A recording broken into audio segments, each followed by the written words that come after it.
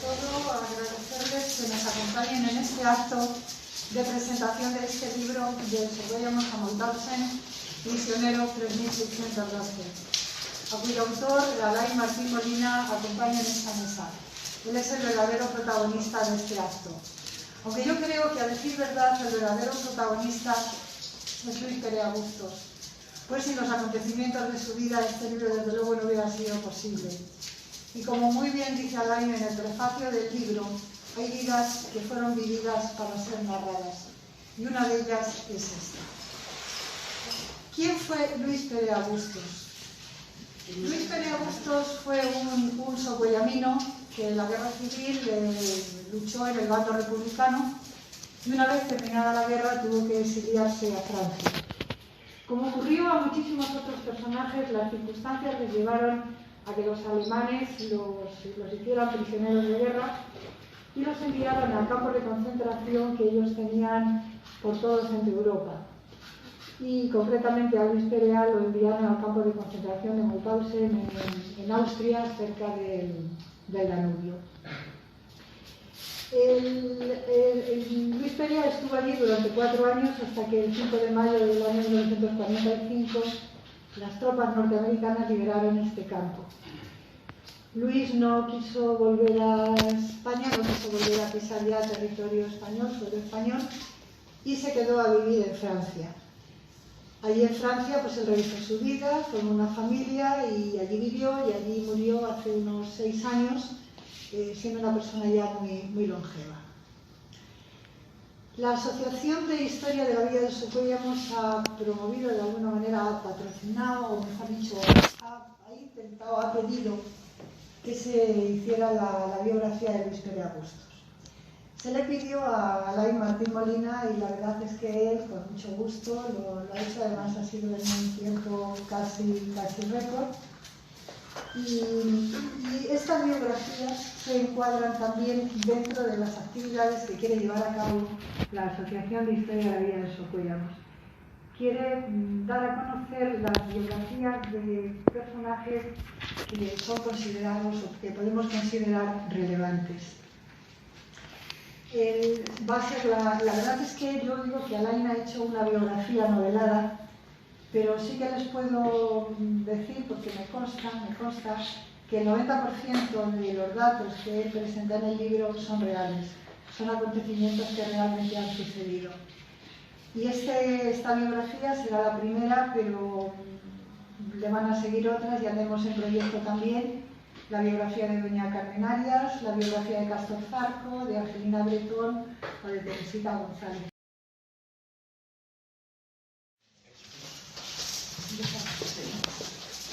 Buenas tardes. Ante todo, agradecerles que nos acompañen en este acto de presentación de este libro de Sir Hamilton, Misionero 3612, a cuyo autor, Alain Martín Molina, acompaña en esta mesa. Él es el verdadero protagonista de este acto. Aunque yo creo que, a decir verdad, el verdadero protagonista es Luis Perea Bustos, pues sin los acontecimientos de su vida este libro desde luego no hubiera sido posible. Y como muy bien dice Alain en el prefacio del libro, hay vidas que fueron vividas para ser narradas, y una de ellas es esta. ¿Quién fue Luis Perea Bustos? Luis Perea Bustos fue un socuellamino que en la guerra civil luchó en el bando republicano y una vez terminada la guerra tuvo que exiliarse a Francia. Como ocurrió a muchísimos otros personajes, las circunstancias les llevaron a que los alemanes los hicieran prisioneros de guerra y los enviaron a campos de concentración que ellos tenían por todo Centro Europa. Y concretamente a Luis Perea lo enviaron al campo de concentración de Mauthausen en Austria, cerca del Danubio. Luis Perea estuvo allí durante 4 años hasta que el 5 de mayo del año 1945 las tropas norteamericanas liberaron este campo. Luis no quiso volver a España, no quiso volver a pisar ya territorio español, suelo español, y se quedó a vivir en Francia. Allí en Francia pues él realizó su vida, formó una familia y allí vivió y allí murió hace unos 6 años, siendo una persona ya muy longeva. La Asociación de Historia de la Villa de Socuellamos ha promovido, de alguna manera ha patrocinado, o mejor dicho, ha intentado, ha pedido que se hiciera la biografía de Luis Perea Bustos. Se le pidió a Alain Martín Molina y la verdad es que él, con mucho gusto, lo ha hecho. Además ha sido en un tiempo casi récord. Y estas biografías se encuadran también dentro de las actividades que quiere llevar a cabo la Asociación de Historia de la Villa de Socuellamos. Quiere dar a conocer las biografías de personajes que son considerados o que podemos considerar relevantes. La verdad es que yo digo que Alain ha hecho una biografía novelada, pero sí que les puedo decir, porque me consta que el 90% de los datos que él presenta en el libro son reales, son acontecimientos que realmente han sucedido. Y esta biografía será la primera, pero le van a seguir otras. Ya tenemos en proyecto también la biografía de doña Carmen Arias, la biografía de Castor Zarco, de Angelina Bretón o de Teresita González. Acompaña a la hija del autor, Noa, y como digo, tienen mucha vinculación con Socuellamos. Es el presidente de la Asociación de Escritores de Santurce, es licenciado en Ciencias Políticas por la Universidad del País Vasco y licenciado también en Antropología Social y Cultural por la UNESCO. La verdad es que, a pesar de que es una persona muy joven, es un escritor muy prolífico, lleva a sus espaldas muchísimos títulos y sobre todo también muchos premios. Esperemos que este libro sea también un éxito y, si es posible, ¿por qué no?, pues se lleve también algún premio. ¿Cómo no? Ya podría ser. Vamos a intentarlo yo estoy leyendo ahora mismo un libro suyo que se llama Sangre de guerrillero y la verdad es que me está encantando. Es un libro extraordinario, muy estupendo. Me está gustando mucho. Pero hay un libro que creo que le vincula también mucho a Socuellamos, que se llama El pasado fue una guerra. Este libro trata sobre la muerte, también en la guerra civil, sobre la muerte de uno de sus bisabuelos. Bueno, no sé qué más decir de ti, pero bueno, ahora ya ustedes, cuando vayan leyendo el libro, ya se irán haciendo una idea de lo buen escritor que es. No quiero dejar de pasar el decir que este libro es un homenaje a Luis Perea Bustos, pero no debemos de olvidar tampoco que Socuellamos tiene otros seis de sus habitantes, de sus 6 socuellaminos, que estuvieron también en campos de concentración. Puede ser también, en la medida de lo que se pueda, un homenaje hacia ellos. La mujer, la viuda de Luis Perea y su hija les hubieran encantado, María Pardo y Pilar Perea, les hubiera encantado estar aquí esta tarde.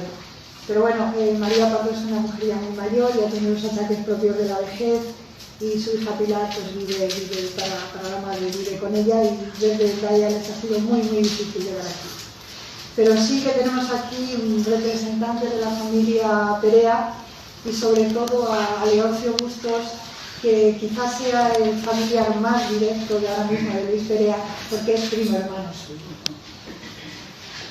Y ya para terminar, me gustaría leerles una carta que me ha enviado Pilar Perea, que me ha pedido que se la lea a ustedes. La carta dice así: apreciados señores y señoras, en el nombre de mi madre María Pardo y el mío Pilar Perea, esposa e hija de Luis Perea Bustos, nacido en Socuellamos y deportado en el campo de exterminio de Mauthausen y comando de Stey, queremos agradecerles a todos los miembros de la Asociación de Historia de la Villa de Socuellamos y al autor del libro, Alain Martín Molina, por todo el trabajo que han llevado a cabo para este homenaje y recuerdo hacia mi padre.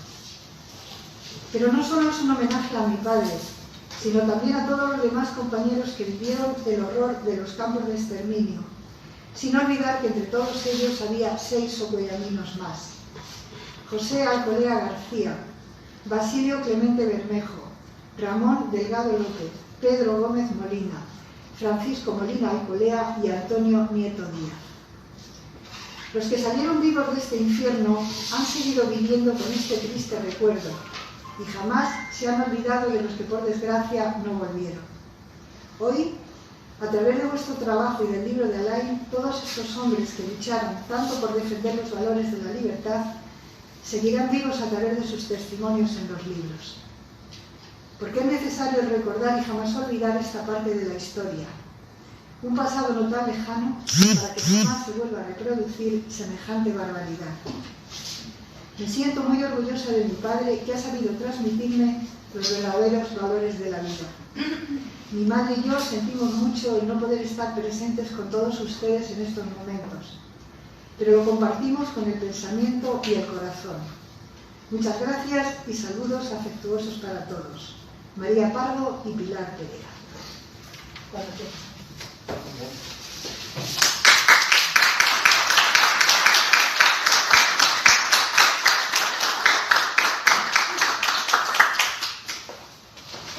Bueno, pues buenas tardes a todos. Lo primero, pues muchísimas gracias, ¿no?, por haber podido asistir esta tarde aquí a la presentación de esta novela y el privilegio que supone para mí poder estar aquí en Socuéllamos, por fin presentando un libro y encima con la acogida que ha tenido, ¿no?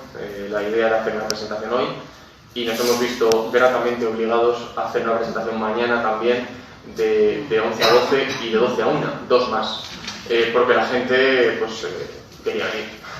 Con los aforos modificados, lógicamente, por el tema del COVID, pues el aforo se ha visto modificado y no queríamos desde la asociación, ni yo tampoco, pues dejar a nadie fuera de poder disfrutar de esta charla, de este homenaje, de este libro y de la oportunidad de conocer a Luis Perea Bustos, que, como comentaba muy bien Remedios, es el auténtico protagonista de esta novela. Dicho lo cual, pues yo os voy a contar un poco cómo hemos llegado aquí desde que de alguna manera se puso en contacto conmigo Alfonso para preguntarme qué tal estás y cómo ves tú a esto. Yo me desenvuelvo mejor, si os parece, de pie, y como somos un aforo pequeño, no os importa, ¿verdad? No, vale. Mejor, es que yo sí me arreglo mejor. Bueno, hemos hecho esta pequeña introducción. ¿Qué tenemos, no? ¿Qué libro presentamos hoy? Pues hoy presentamos una vida novelada. Y es una vida novelada porque, como ha comentado muy bien Remedios, no se trata de una biografía al uso, porque una biografía al uso nos hubiese obligado a ser exhaustivos en la investigación de la vida de esta persona y a ceñirnos a datos muy concretos y cosas de estas. Lo que pretendemos desde la asociación al final era dar una tarea de difusión, que además es lo que pretenden en todos los libros que publican con su sello. Entonces queríamos hacer una novela de la vida de él. Por eso comentaba, dado el porcentaje del 90% de datos reales. Yo diría que incluso más, pero lo importante no es tanto el porcentaje de realidad o no, sino que esta persona estuvo presente en todos los hechos que se han narrado en la novela. Por eso comentaba, ¿no?, que a pesar de ser una novela histórica, pues es una novela que no es muy gruesa, tiene un estilo sencillo, ameno, con ritmo, es lo que he intentado. No hacer un tocho histórico, porque no se trata de un manual de historia para poder impartir en una universidad, por ejemplo, ¿no? Siempre que he empezado a hacer alguna de las escenas en las que Luis Perea estaba, siempre he hecho primero una referencia histórica para situar al lector en qué momento nos encontrábamos, porque ahora os voy a explicar de qué manera este señor pues tuvo la bueno, no sé si el azar de estar, bajo mi punto de vista, desde 1937 a 1945 en los sucesos más impactantes de Europa en ese momento. Parece que es una auténtica vida de película. Y es que así lo vi yo cuando se puso en contacto conmigo la asociación para comentarme esto, ¿no? Claro, lo primero que me llama la atención cuando me dicen que quieren hacer una historia, que quieren contar la vida de Luis Perea es, bueno, ¿y quién es este señor, no? Porque claro, ¿hasta qué punto todo el mundo, entre comillas, merece una novela, ¿no? Bueno, pues entonces esto me obligó un poco a investigar y me pasaron desde la asociación muchísima investigación que ya se había seguido. Bueno, yo, sinceramente, desde mi ignorancia, pues empecé a ver quién es este señor. Y empecé a ver periódicos, entrevistas, reportajes, vídeos, bueno, había tenido una repercusión tremenda este señor. Y digo, bueno, esto es, ya de primera te impacta, ¿no? Y eso te obliga a seguir investigando y te anima, ¿no?, a continuar para ver quién es esta persona, ¿no? Y la verdad es que según iba avanzando en la investigación, me iba quedando más fascinado con la vida de este señor. Luis Perea, ahí he puesto que había nacido en 1918. Nació en Socuéllamos, nació en la casa familiar de los Perea, que estaba en la calle El Llano, una familia normal, socuellamina, de toda la vida, y que durante uno de los partos de su hermana, su madre falleció. Por lo tanto, se vio desde muy joven huérfano de madre. Esto hizo que, bueno, su padre se conoció a otra persona, a otra mujer, y tuvo tal. Y él tomó la decisión de irse a vivir con su abuela materna. Y se fue a vivir a un sitio que llamaban, pues los conocéis mucho mejor que yo, el Callejón del Piojo, aquí en Socuéllamos. Efectivamente.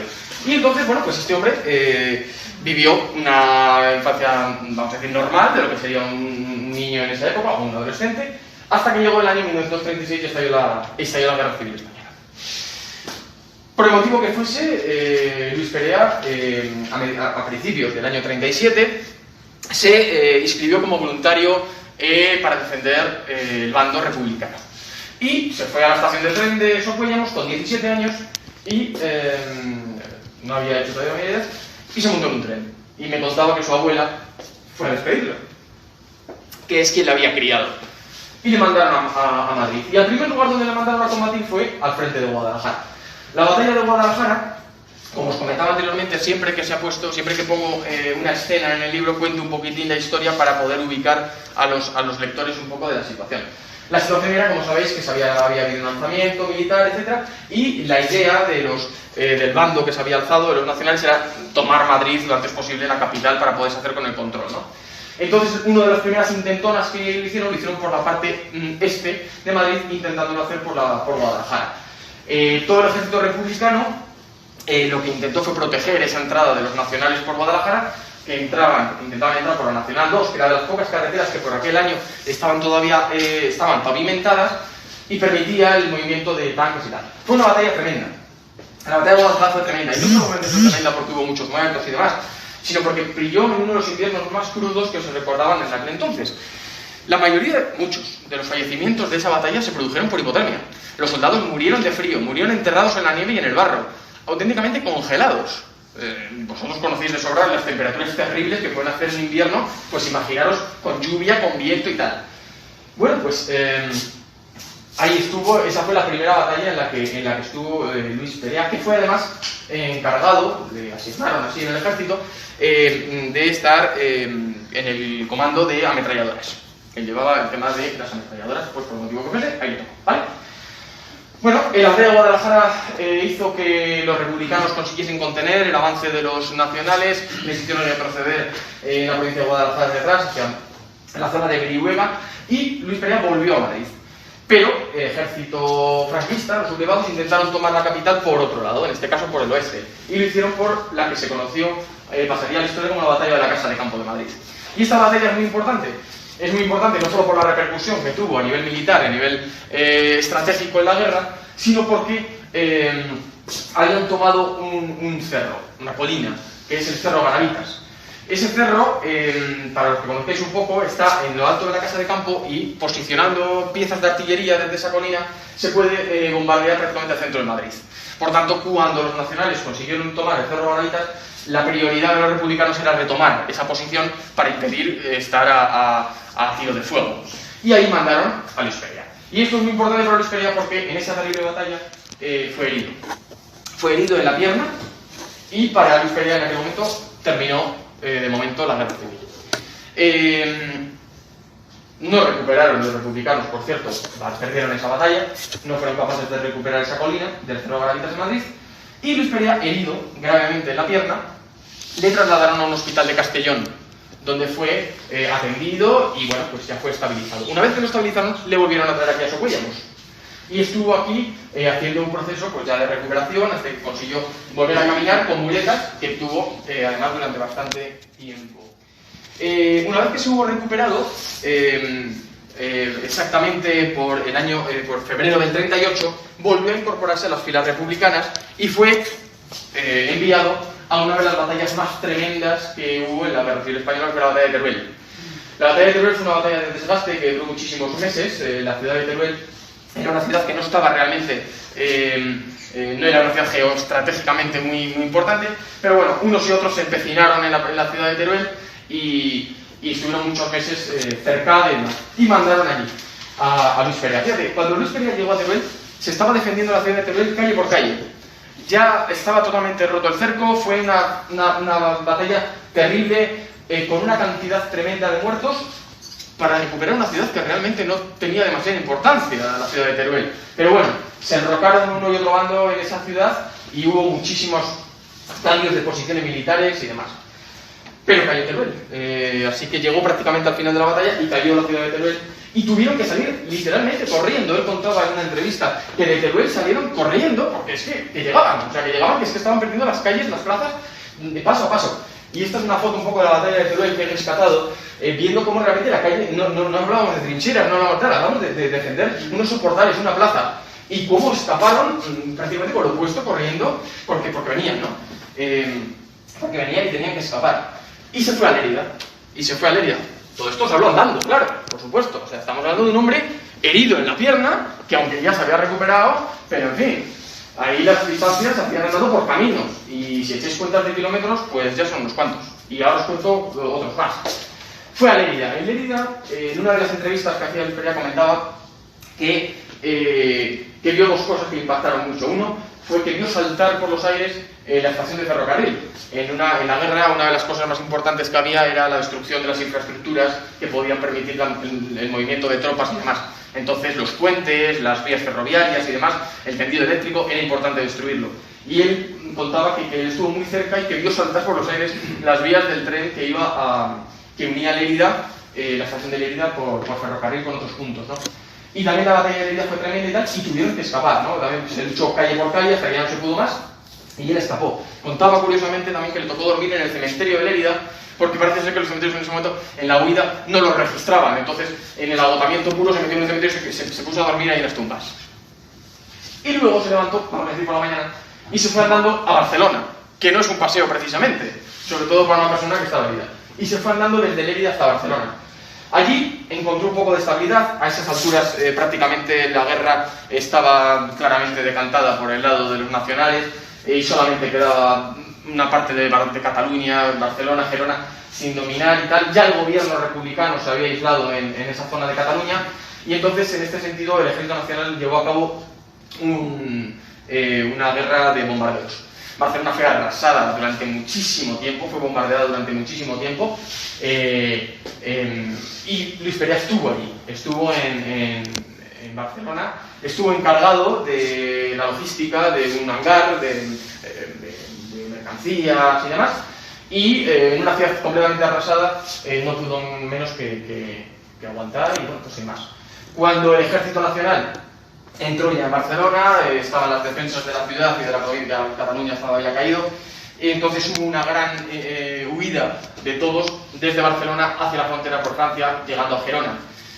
Ahí tenían la esperanza los republicanos que huían de que los nacionales se detuviesen en Barcelona de alguna manera y les diesen un poco de margen, de decir, bueno, pues escapar y tal. Sin embargo, la orden fue continuar persiguiéndoles para empujarles, ¿no?, hacia la frontera con Francia, ¿no? Y eso fue el gran exilio, ¿no? Estas fotos que hemos visto tantas y tantas veces de la gente cruzando la frontera. Se calcula que solamente por la frontera de Cataluña con Francia pasaron 400.000 personas en aquella España de la época, no hablamos de la población actual, solamente allí. Y entonces escaparon. Todo esto andando, por supuesto, claro. Luis Perea se marchó andando desde Barcelona, también otro buen paseo, hasta la frontera. Claro, llegaban hasta la frontera, pero la barrera de la frontera estaba cerrada. Francia no tenía las fronteras abiertas, las abrió ya cuando vio que le acuciaba el tema y que se estaban apelondonando la gente e intentaban pasar a través de los bosques, a través de las montañas, por pasos no respetados y tal. Entonces ya abrieron la frontera, desarmaron a todos los soldados, como él, que iban armados, les desarmaron en la frontera para permitirles el paso a Francia. Pero claro, Francia no acogió de buena gana a estos exiliados, es decir, esto no era así, ustedes pasen, que aquí no pasa nada, no, no. Estaban escoltados y fueron escoltados por toda la Costa Azul hasta la zona de Perpiñán, toda la costa francesa, en donde todas estas personas, y hablamos de miles y miles de personas, tuvieron que ir caminando, niños, con los enseres, con el carro, en fin, con todo, hasta allí. ¿Y dónde les ubicaron? Pues les ubicaron en los campos de refugiados. En este caso, en el caso de Luis Perea, en dos. En Le Barcarès y en Saint-Cyprien.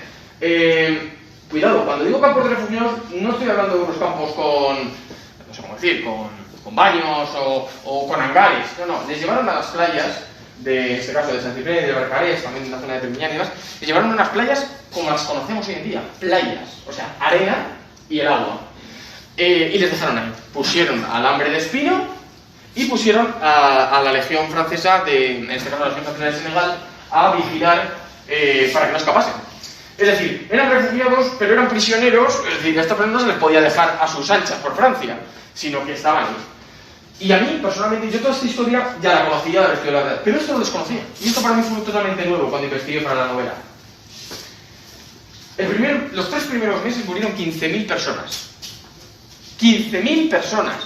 Más de la población actual de Socollamo murieron en las playas. Frío.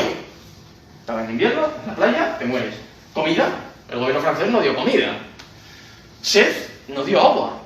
Como tenían sed y se morían de sed, empezaron a beber agua del mar.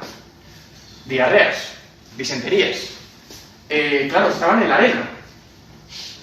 Todos los excrementos, nada de desagües, nada, o sea, nada. Murieron solamente por las condiciones higiénicas, por el frío. Pero hay 15.000 personas en las playas. Agárrate. Los cuerpos los recogían o no. Hasta que poco a poco ya el gobierno francés, presionado, pues fue poco a poco haciendo más habitables esos campos en donde empezaron a hacer, ¿cómo se dice?, maracones, a hacer agua corriente, ponerse unas mangueras, en fin, lo mínimo mínimo. Las condiciones eran totalmente inhumanas, o sea, inhumanas. Además, tenían muy mala prensa estos republicanos. Los franceses dieron muy mala prensa a los deportados españoles, les llamaban comunistas, piojosos, decían que venían de la inmundicia, en fin, creían, porque era la imagen que tenían los franceses de nosotros, gente, pues barrio bajera, es decir, poco, ¿no? Entonces no éramos precisamente bien recibidos.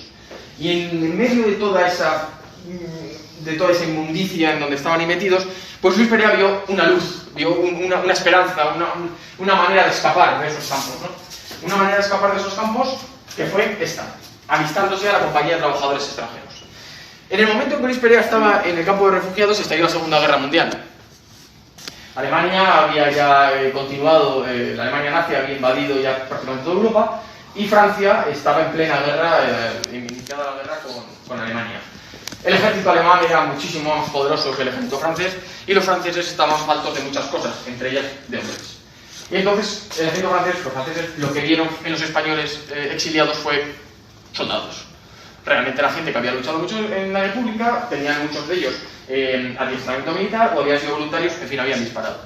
Entonces se plantaron en los campos de refugiados del sur de Francia y dijeron: si queréis salir de estos campos, la manera es alistándoos. Muchos de ellos, entre ellos Perea, se alistaron en la compañía de trabajadores extranjeros. Y lo hicieron además creyendo dos cosas. Primero, que iban a escapar de los campos, que es cierto, lo hicieron. Y segundo, que iban a ser tratados como soldados franceses. Nada más lejos de la realidad. Los franceses utilizaron a todos esos españoles para hacer los trabajos que no quería hacer nadie. No les dieron el estatus de soldados, no se incorporaron directamente en el ejército francés, sino que en esa compañía de trabajadores, y lo que hacían realmente era esos trabajos. Limpieza, recogida de cosechas, levantamiento de estructuras y tal. Lo que no quería, y lógicamente unas jornadas, en fin, agotadoras de trabajo y demás. Y él estuvo 9 meses en la famosa línea Maginot, que, bueno, simplemente para que no sepáis, es una línea defensiva que fue fundamental si sepáis un poquito de historia. La línea Maginot era una serie de fortificaciones, de búnkeres, que iban desde la frontera de Francia con Italia y pretendían prácticamente unir el Atlántico con el Mediterráneo, porque era un sistema de muros defensivos que no permitía el paso de carros de combate y de los tanques nazis. Esta línea Maginot fracasó, a modo de curiosidad os lo digo, porque fue diseñada pensando en un tipo de guerra propio de la Primera Guerra Mundial de 1914-18, mientras que estaban ya en la Segunda Guerra Mundial y Hitler tenía la mejor artillería, tenía la mejor maquinaria de guerra y destrozó la línea Maginot. No le supuso ningún problema porque entró, en vez de destrozar la línea Maginot, lo que hizo fue atravesar las Ardenas por aquí y fue, en fin, no sirvió absolutamente nada. En esta línea Maginot trabajaron muchos españoles, entre ellos el protagonista de esta. Luego, cuando la línea Maginot, pues en un momento dado, cuando estuvo ahí 8 meses, él fue trasladado más al norte, a una ciudad más al norte llamada Auschwitz, en donde estuvo trabajando, lo mismo que estaba comentando, y estaban esperando la llegada de los alemanes. Los alemanes, mediante una serie de estrategias y demás, pues habían entrado por Francia por otro lado y habían llegado ya a París. Por lo tanto, estaba Luis Perea mirando a Alemania y los alemanes ya estaban en su espalda porque habían conquistado París, esa escena típica de Hitler en la Torre Eiffel y demás que hemos visto igual muchas veces, ¿no? Y aquí pasa algo muy importante en la historia. El gobierno nazi se pone en contacto con el gobierno español y dice: Francia ha capitulado, bueno, ha generado, se ha rendido, vamos a decir, y hemos apresado a todos los soldados franceses y demás, y entre ellos había, me parece que eran 12.000 españoles.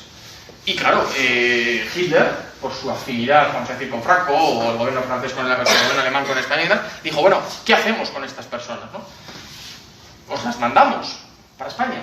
Y fue cuando Franco dijo, que aparece en el libro, en la escena, como: mira, esos para mí no son españoles, yo no quiero saber nada de ellos, haz con ellos lo que quieras. Entonces se desentendió de todos aquellos que escaparon de la frontera de España. Bueno, el gobierno alemán dijo: bueno, pues si España no quiere a los españoles, pues a ver qué hacemos con ellos. Y entonces lo distribuyó en varios campos de concentración.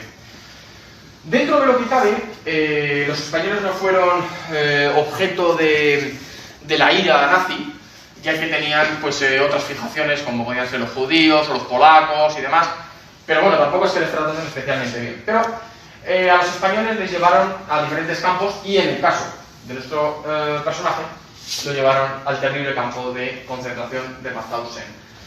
El campo de concentración de Mauthausen, él estuvo prácticamente desde el comienzo hasta el final, hasta que fue liberado en mayo del 45. Y la historia ha hablado de Auschwitz y ha hablado de Mauthausen. Mauthausen, que se le conoce como el campo de los españoles, porque había muchísimos españoles, la mayoría, algunos fueron a un campo de Polonia, pero muchos fueron a Mauthausen, ¿no? Y entonces allí llegaron y les pusieron el uniforme y les pusieron todo el tal. Algunos, no era el caso de Luis Perea, por cierto, les tatuaron el número de prisionero. Y el número que le tocó de prisionero a Luis Perea, como pongo en el libro, es el 3611, ¿no? Empezar a hablar de todas las cosas que le pasaron a Mauthausen es demasiado, porque hay muchas evidencias y las más importantes las recojo en el libro. Pero si nos tenemos que quedar con una de ellas, yo diría que es el horror. Fijaros, Luis Perea tenía 27 años cuando el 5 de mayo fue liberado Mauthausen. Pesaba 27 kilos. Esqueleto. Comían cuando comían, bebían cuando bebían. Si morían, todas las mañanas contaban que pasaba uno con una carretilla a recoger los cadáveres. No.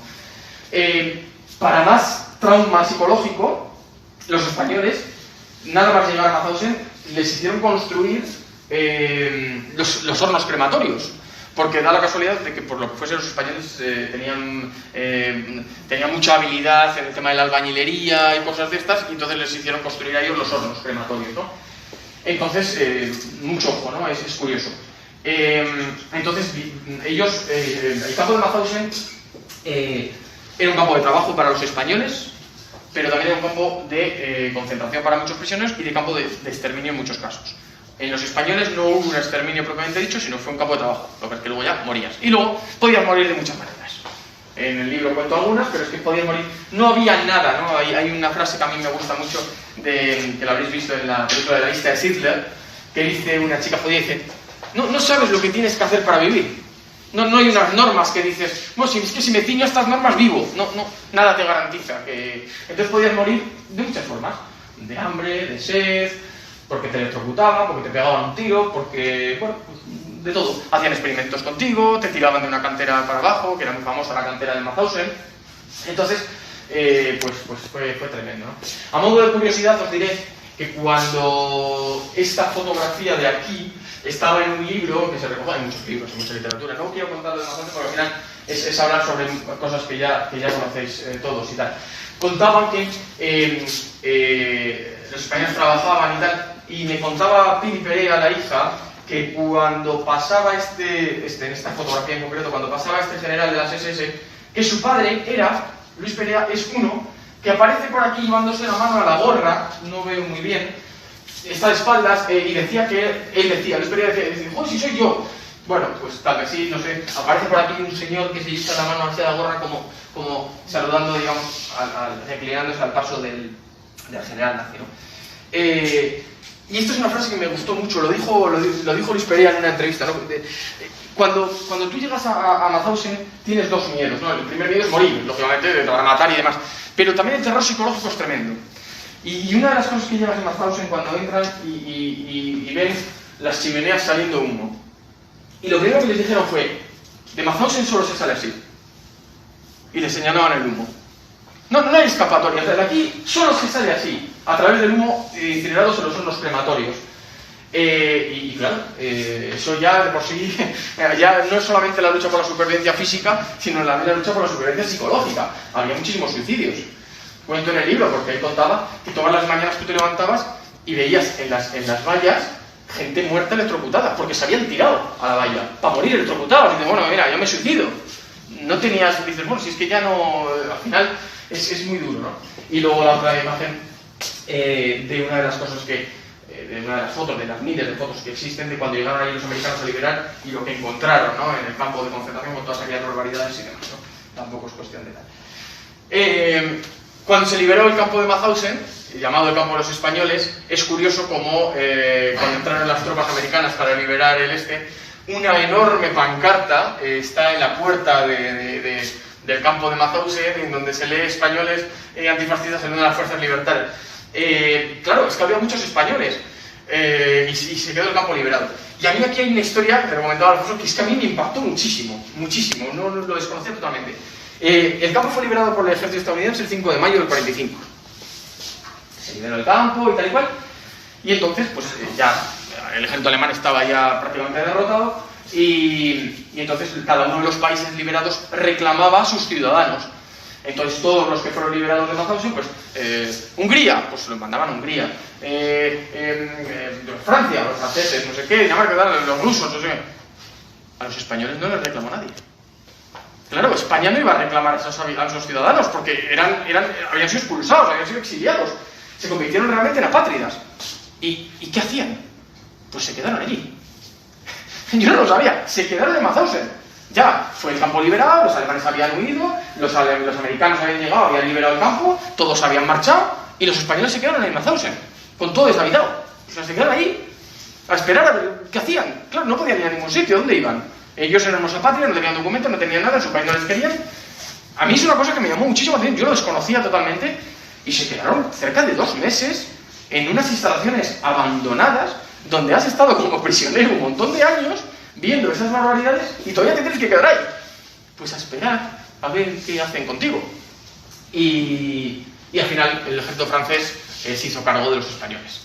El ejército francés, no, el gobierno francés, perdón, se hizo cargo de los españoles, porque muchos de esos españoles tenían la credencial, por decirlo de alguna manera, de haber luchado vamos, junto a los franceses, vamos a decir, como en el caso de Perea, en la de trabajadores extranjeros, ¿no? Pero es impactante, ¿no? Estás en tu cárcel, te liberan y no te puedes ir. O sea, es como, bueno, te puedes, sí puedes, pero al final vas a morir de hambre al de 2 días, o sea, no tienes dónde ir, ¿no? Y nada, simplemente aquí una cosita, aquí están en el campo. Este de aquí es el protagonista, es el Perea. Estos son diferentes compañeros suyos de diferentes sitios de España, en donde los españoles, como veis, de alguna manera tenían una mejor cara, vamos a decir, que los demás prisioneros que fueron de tal manera torturados y demás. Esto es al comienzo, como digo es él. Esto es luego esa es la carta que el gobierno francés hizo para que pudiesen documentar de alguna manera a todos esos españoles que se encontraron en esos campos y que no podían volver a España. Entonces les hicieron esta carta de deportado político, por llamarlo de alguna manera, y fue un poco el documento. Fíjate, Luis Perea, cuando digo Luis Perea quiero decir todos los que estaban en su colectivo, estuvo en Francia con ese papel hasta que nació su hija. Porque ya su hija, al nacer en el año 57, creo recordar, es cuando ya, al tener una hija francesa, él ya pudo decir, oye, y yo estoy aquí también, y mi mujer también. Hasta entonces, él tenía un papel de deportado político del año 37, de cuando escapó, del año 39, de cuando escapó de España. O sea, una cosa tremenda. Estamos hablando de 2 décadas, en el que estaba por ahí. Y cuando estuve en su casa, que es bastante impactante, por cierto, tiene esto, que a mí esto me llamó muchísimo la atención, lo tiene enmarcado. Es una foto de él al poco de ser liberado. No parece que pese lo que he dicho que pesa, pero os aseguro que es así. El gobierno francés le hizo el reconocimiento de deportado y le dio esto. Esto de Mauthausen es exactamente el comando en el que estaba dentro del campo de concentración, había como subcampos dentro del campo, vamos a decir, ¿vale? Y entonces tiene estas medallas y lo tienen ahí en un marco, yo le saqué la foto y esto es bastante impresionante. Fijaos, 2 cosas también que me llamaron la atención. Cuando todo acabó, vamos a decir, en el año 69, el ministro español, Manuel Fraga, hizo un decreto por el cual levantó el veto y permitió a todos los exiliados regresar a España, porque prometió que ya no iba a haber, una represión después de 30 años de la guerra. La guerra acabó en el 39, esperaron 30 años y en el 69 salió eso. Entonces muchos españoles volvieron, pero muchos españoles no, porque no se fiaban todavía de que se fuese a respetar eso, ¿no? Luis Perea no se fió. Es más, no solo no se fió en el 69 cuando salió el decreto, no se fió en el 75 cuando murió Franco, no se fió en el 78 cuando se aprobó la Constitución y no se fió ni siquiera en el 82 cuando ganó sobre las elecciones. Había venido a España, pero en fin, una vez no le hacía mucho tal. Y entonces, claro, pero a su mujer, por cierto, es de Borja, de Zaragoza, y su hija, que claro, tiene cultura española, aunque es francesa, pues sí querían, ¿no? Sí tenían esa cosa de venir y tal. Y entonces me hizo mucha gracia cuando dije, bueno, yo no voy a ir a España, pero me voy a quedar lo más cerca de España posible. Y cuando se jubiló, dejó París y se fue lo más cerca de España posible, en Hendaya.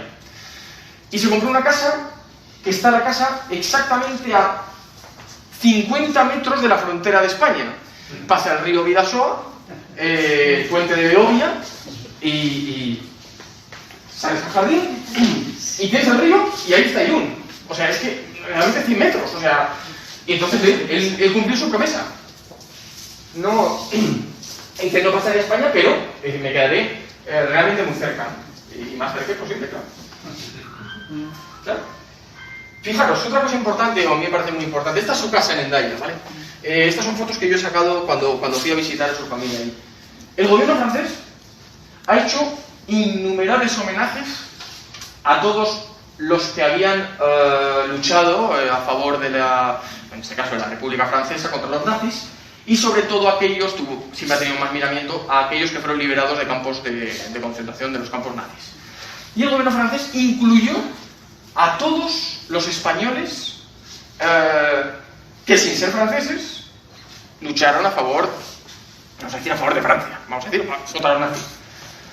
Y en eso Francia siempre ha tenido mucha conciencia colectiva.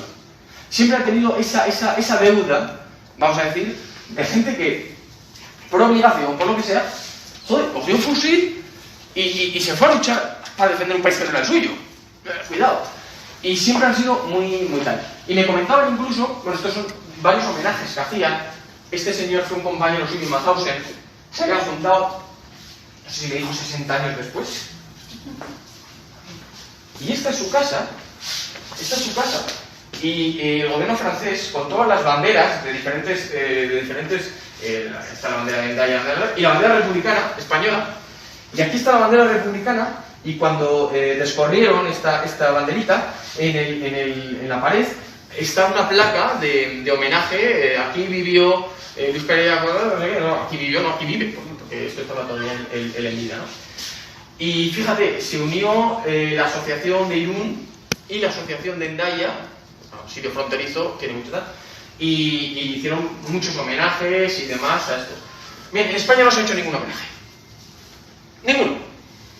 No lo ha hecho ni un partido, ni lo ha hecho otro partido, ni lo ha hecho el gobierno, ni lo ha hecho el Estado. Porque al final esto lo podía hacer el Estado. No hay ningún homenaje a los exiliados de la guerra. Ninguno. Y esa es la gran reclamación, ¿no?, que hacen muchas veces los familiares de los que se fueron, ¿no?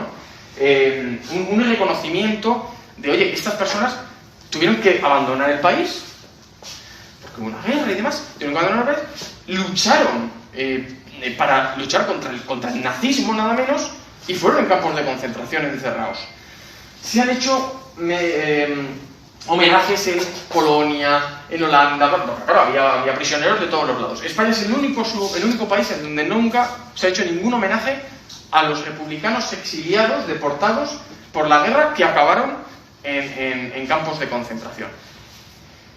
El año pasado, creo recordar que ha sido la primera vez que se ha inaugurado un monolito pequeño cerca del Congreso de los Diputados en Madrid, una piedrecita así, que hace una especie de mención al tema, pero tampoco sin demasiado bombo. Mientras que en Francia, fijaros la que montan, esto es la casa, fueron a su casa y montaron aquí todo esto. Tiene mucha más sensibilidad, ¿no? Yo no sé si alguna vez España hará eso. Nosotros ya sabéis que para estos temas somos más lentos, y fíjate que hasta hace 4 días la polémica, ¿no?, del Valle de los Caídos la hemos tenido aquí después de tantos años y sigue siendo un tema todavía muy candente. Yo no sé si algún día llegaremos a este nivel de Francia de reconocer a estas personas, pero bueno, en cualquier caso ahí queda dicho que nosotros hemos sido el único país de Europa que no ha reconocido a estas personas que lucharon. Simplemente 2 cositas más. Los medios de comunicación, una de las cosas que me sorprendió muchísimo fue que había tenido una cobertura que en España nunca tuvo. Por ejemplo, es la revista de aquí de Socuella, Museo de 30 días, que se le hizo un reportaje. Esta es la foto en su casa, con su hija y con su mujer, ¿de acuerdo? Y yo fui a verles, porque cuando me enteré que estaban en Hendaya y que seguían vivos, cosa que me sorprendió muchísimo, fui a verles y fuimos a su casa y pude ver la realidad de primera mano, ¿no? Al final te sientas, ¿no? Esta es su mujer. Fijaros, la casa de él está aquí. Aquí hay un pequeño carril bici, este es el y esto es Irún. Y esto es, aquí está el jardín de su casa. O sea, cuando digo que estaba lo más cerca posible, es lo más cerca posible. Esta es María, mujer, 91, 92 años, ya firmo yo. O sea, la señora está estupendísimamente bien. Y quiso ser incinerado. Y dijo que quería ser incinerado como fueron incinerados muchos compañeros suyos en Mauthausen. No está enterrado. Y las cenizas fueron echadas a Bidasoa. Porque cuando sales de su casa hay un banco. Entonces él decía,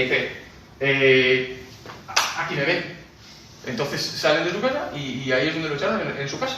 Y es curioso, ¿no? Porque al final él, una persona que ha vivido en tantos sitios del tal, está justo en la frontera. Esta parte donde estamos ahora es Francia y esto de aquí es España. Y él se echaron las cenizas ahí. Y esta es la bandera republicana que cubrió su ataúd. No es con la que le enterraron con otra que le dio el alcalde, me parece que el alcalde de Hendaya, una bandera republicana. Y fijaros que en todas las ceremonias que hacen en Hendaya, en todas las procesiones, en todos los eventos, sale la bandera republicana. Debe haber muchos republicanos españoles que en esa zona de Hendaya, Biarritz, Bayona, toda esa zona de lo que es Parral, de País Vasco y demás, quedan muchos. O sea, que esta idea de Luis de no volver a España, pero quedarme muy cerca, no debió barruntarla solo él, sino que debe ser una sensación bastante común de todas estas personas, ¿no? Y para acabar, simplemente, pues esta frase que decía en varios entrevistas que le habían concedido y tal y cual, que decía esto, que se interese por lo que pasó, pues precisamente para evitar que se repita, ¿no? Es un poco la idea que él siempre defendía, ¿no? Él murió, como digo, en el año 2014, poquito antes además le habían hecho un reportaje muy amplio, una asociación de Irún, y bueno, pues esto es un poco la historia de Luis Perea y cómo la he intentado novelar para que la gente conozca a esta persona, pero como muy bien ha dicho además, no es la historia solamente de Luis Perea, sino que es la historia de muchos que vivieron algo muy parecido. En Mauthausen estuvieron cerca, creo recordar, que de 7.500 españoles, que quiere decir que al final es una historia. Lo que pasa es que la diferencia que nos da Luis Perea Bustos es que es un socuellamino que sobrevivió a muchas batallas de la Guerra Civil Española, a la barbaridad de la Segunda Guerra Mundial, estando en unos frentes tremendos, y por supuesto a casi 5 años del campo de exterminio, de concentración, de trabajos, como quiera, de los más brutales de la Segunda Guerra Mundial y del nazismo, posiblemente junto con Auschwitz y con algunos más. Y este es el libro que presento, y la verdad para mí ha sido un auténtico lujo, y me ha gustado mucho investigar la vida de esta persona, que la verdad es que a mí me ha dejado bastante fascinado, porque si os habéis fijado, ha estado en un montón de cosas, y que todo esto quede concentrado en una vida, pues es cuando menos curioso y bastante llamativo. Y nada, yo a vuestra disposición para cualquier pregunta que queráis hacer, y encantado de poder responderos acerca de lo que queráis, del libro, de la historia o de la persona en concreto. Gracias.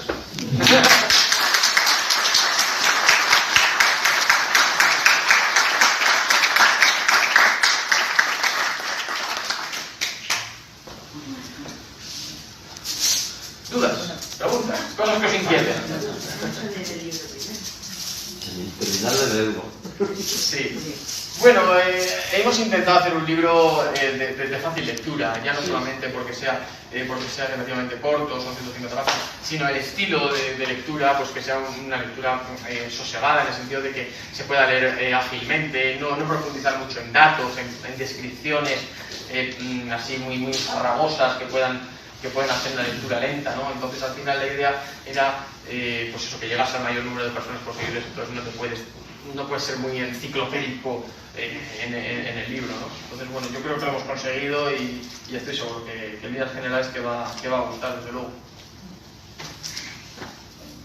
¿Más cosas, dudas, preguntas, algo que os inquiete, algo que os haya llamado la atención? ¿Conocíais a la persona? ¿Conocíais a alguno? ¿No conocíais a...? Yo hablé con él alguna vez por teléfono, pero conocerlo personalmente.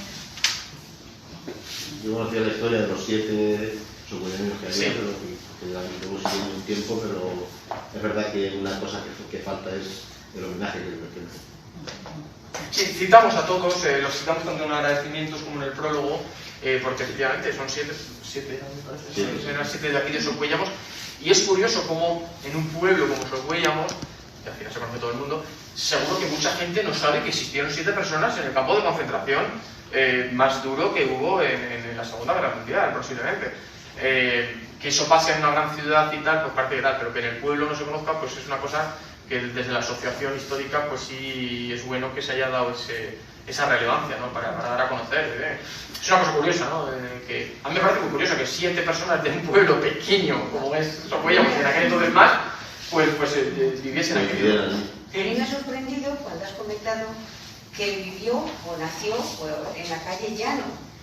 Sí, si no me he equivocado, sí. En el año que nació este hombre, en el 18, pues en el 22 nacieron mi madre, y en el 20 mi tía, y vivíamos en la calle Llano. Y jamás había oído yo esta historia de alguien del pueblo tan cercano, vecino, próximo, pues en la calle Llano. En aquellos años era muy cortita, no es como ahora. Y me ha sorprendido que no supiéramos nada y nunca hubiera llegado ninguna noticia. ¿Pero conocíais a la familia Perea que vivía allí? ¿O igual ya cuando eso igual ya lo vivieron allí? No lo sé. No lo sé, pero ni una referencia. Se marcharon de allí, de la calle, sí. Aquí yo tenía esas 2 referencias de que cuando él nació la casa de los Perea estaba en la calle Llano, y que luego él se fue a vivir a casa de su abuela, que estaba como en la calle de Piojo. No desconozco pero sí, lo dijeron así como muy a ciencia cierta de que era allí, en esa calle, y que allí fue para... Ya no sé. Luego también es verdad que como el padre se casó con otra mujer después, pues igual eso propició un cambio de domicilio por temas logísticos, hijos o lo que sea. Sí, perdón. Quería hacer resaltar el ímpetu que ha tenido siempre Pili por conocer los familiares de su padre. Y bueno, en el caso nuestro, porque estás hablando de un primo hermano de mi padre, como mi padre, Sí.